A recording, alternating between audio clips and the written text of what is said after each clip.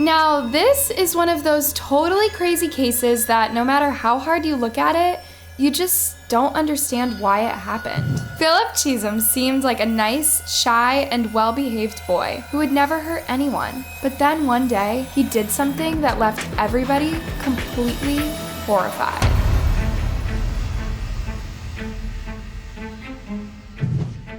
Colleen Ritzer was born on May 13, 1989 in Lawrence, Massachusetts, to her parents Peggy and Thomas. She was the eldest of 3 children and was really close to her brother and sister. Colleen grew up in Danvers, and from as young as 3 years old, she knew that she wanted to be a teacher, just like her favorite preschool teacher. Her interest continued to grow throughout elementary and high school, but it was during her senior year at Assumption College in 2011 that she realized that teaching was not just a career for her, but a calling. After graduation, Colleen got a job as a math teacher at Danvers High School in 2012, where she was described as a dedicated teacher who was always there for her students. She had the ability to know every student's strengths and challenges and would come up with fun ways to make learning interesting. She would even stay after school to help those students that were struggling in class. Looking at her Twitter page, you can tell that she was one of those people who actually loved their job. Her bio reads, "Math teacher, often too excited about the topics I'm teaching." Apart from teaching, Colleen also loved spending time with her family and friends, and she was always there for everyone. Whether it's cheering her sister on at hockey games, playing at a family gathering, or going on a road trip with friends, Colleen was always there with her ever-present smile. She made people feel loved and appreciated, and everyone really liked her. On October 22nd, 2013, Colleen was at work doing what she loved most. At around 2:30 p.m., she asked a couple of students in her 9th grade class to remain behind so that she could help them with some math problems that they were struggling with. At 2:54 p.m., Colleen was captured on the school's CCTV camera, leaving the classroom and walking towards the women's restroom. That was the last time she would ever be seen alive again.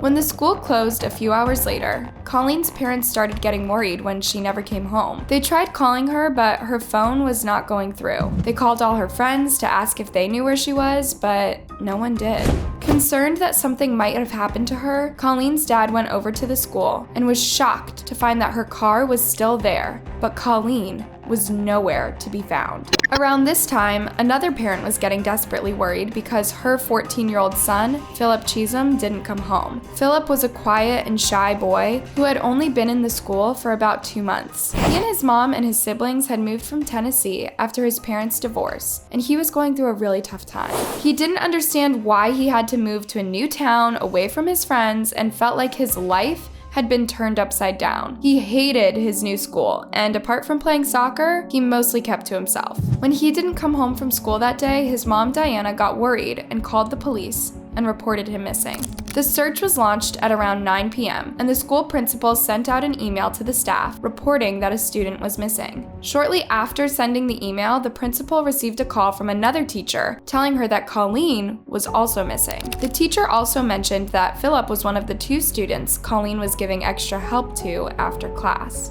The fact that the 2 were last seen together and went missing at the same time raised a lot of questions. Like, did they go missing together? Were they kidnapped? What could have happened to them? Since Philip was a minor, the police decided to focus on his case first. A parent of another student came forward and said that they had seen Philip running away from the school at around 3:30 p.m. When police pinged his phone, they learned that he had gone to watch a Woody Allen movie at a local theater at around 4:30 p.m. before leaving. Did he run away? The next day, a Danvers police officer decided to go over to the school and review surveillance footage from the cameras around the school. And what he found was something that he would never have expected. When Colleen went to the bathroom at 2:54 p.m. that day, a minute later, the CCTV camera captured someone wearing a hood and gloves following her into the bathroom. At 3:06, a girl enters the same bathroom but quickly walks out. She later told investigators that she saw the back of a person who appeared to be changing clothes. A minute later, the person who had followed Colleen into the bathroom comes out, and during the next several minutes, he walks in and out of the school building, changing his clothes, putting on a black mask, and drags a recycling bin into the bathroom. At 3:22 p.m., the person with the ski mask leaves the bathroom, pulling the recycling bin to the elevator, then out of the building and toward the student parking lot. On October 23rd, at 12:30 p.m., an officer in a nearby town saw a teenage boy walking on a highway carrying a backpack. The boy turned out to be Philip Chisholm, and when the officer checked his backpack, he was shocked by what he found. Philip had a knife and a red-stained box cutter, and when he asked where the blood came from, he replied, "The girl." The officer also found credit cards and a driver's license that belonged to Colleen, as well as a pair of women's underwear in his backpack. At first, Philip claimed that he found the items at a gas station, but later said that he took them out of Colleen's car. Philip was immediately arrested and taken in for questioning. Colleen's body was found in the woods near the school, covered with leaves and debris. She was naked from the waist down and had multiple wounds. The police also found the recycling bin from surveillance footage nearby, as well as clothes and soaked gloves. In the back of this Danvers police cruiser sits the 14-year-old boy accused of killing a popular Danvers high school teacher. This morning, he was driven from police headquarters to court in Salem to be arraigned for murder. Near Colleen's body, there was a handwritten note that read, "I hate you all." When the news got out of what happened, everyone was completely horrified because they could not have imagined that a student who had never been aggressive or showed any signs of being troubled before could do such a horrifying thing to his teacher. Colleen was loved by most of her students, so why would Philip do that to her? Then I was really shocked that it was him. I wouldn't suspect it at all. I was like people say it's always the quiet ones though, so maybe that's why it could have been if he had troubles at home or something, but he was nice, so I didn't suspect it that. Philip's mother was also shaken and didn't know how to explain her son's behavior other than the stressful divorce. She thought that it might have affected her son in ways that she could never have imagined. Investigators talked to the other student who had been with Philip in class that day. She said that Colleen had asked Philip about his old hometown, Clarksville, Tennessee, and that Philip became visibly upset. At first, Colleen did not notice that Philip was upset, and when she did, she changed the subject. But according to the student, Philip started talking to himself. Could this have been the motive? During his interrogation, Philip allegedly told investigators that Colleen set him off with a trigger word, which he did not disclose, saying, and I quote, "After she insulted me, that's when I became the teacher." This made it look like it was a crime of passion. He didn't plan for everything to happen as it did, but from what you can see from the video footage, this is not true. Philip came to school that day, prepared to take Colleen's life. He carried a knife, a box cutter, a mask, a pair of gloves, and several change of clothes. This means that he had planned everything beforehand and he knew exactly what he was doing. And because of this, he was charged with first-degree homicide, armed robbery, among other charges. He pleaded not guilty and was held without bail at a detention center to await trial. But get this, even before his trial started, Philip got himself in trouble again when he allegedly attacked a female guard in almost the exact same way he did Colleen. He followed the woman into a locker room, making sure that he was not being watched, and then pushed her against the wall and started attacking her using a pencil. How insane is that? At the detention center, sources say surveillance video shows Chisholm following a female worker into a staff locker room, carrying what appears to be a pencil. The woman says Chisholm came at her and began her. As she screamed for help, he started punching her. Within seconds, staff members rushed in to help and restrain Chisholm. She was not seriously injured. The woman suffered injuries to her face, neck, and back, but fortunately she was saved before anything serious happened. Philip's trial started in 2015, and due to the horrific nature of his crimes, he was tried as an adult. His defense claimed that Philip was suffering from severe mental illnesses and was not criminally responsible for his actions.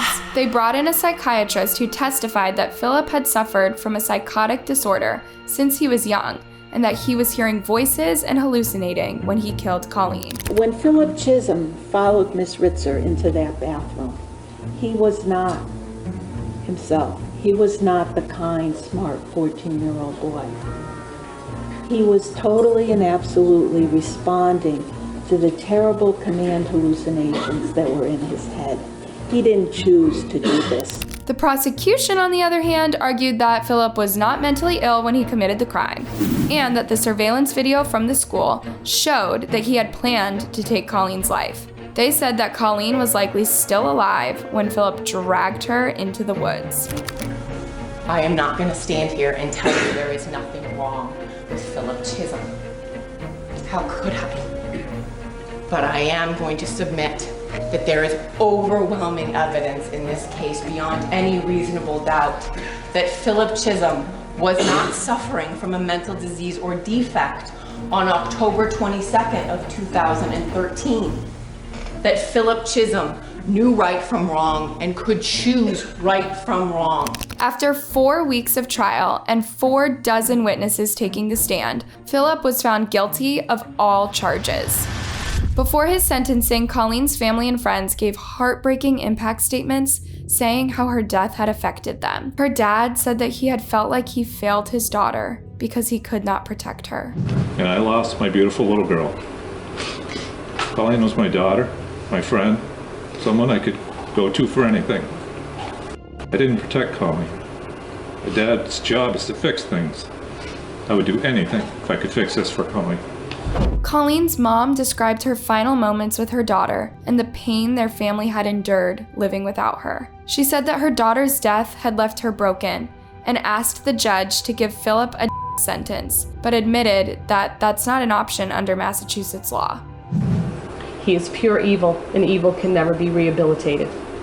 You need to consider the safety of our family and the rest of the community as we live in fear if he ever gets out of prison. Colleen and our family will never get a second chance, and neither should he. In the end, the judge sentenced Philip to life in prison with the possibility of parole after 25 years for the murder charge and 40 years and 1 day for the other charges. This court will impose the mandatory life sentence for the murder of Colleen Ritzer and set a parole eligibility date of 25 years, the highest level our law allows. This court will impose a concurrent sentence of 40 years to 40 years and 1 day for the of Colleen Ritzer and a concurrent sentence of 40 years to 40 years and 1 day for the armed robbery. Concurrently, that means that the sentences will be served at the same time, meaning that Philip will be eligible for parole after 40 years. So by the time that he finally gets out, he would be in his 50s. Philip showed no emotion as his sentence was being read, but his mom broke down in tears at the thought that her son will be spending over half his life in prison. She later released a press statement expressing her condolences to Colleen's family, saying, "Words cannot express the amount of pain and sorrow these past 2.5 years have been. However, there is no one who has suffered more than the Ritzer family. My utmost esteem, prayers, and humble respect is with them today as they continue their journey to heal." What do you think about this case? Do you think that Philip Chisholm is mentally ill or just evil? Let me know your thoughts down in the comment section. And don't forget to like and subscribe for more.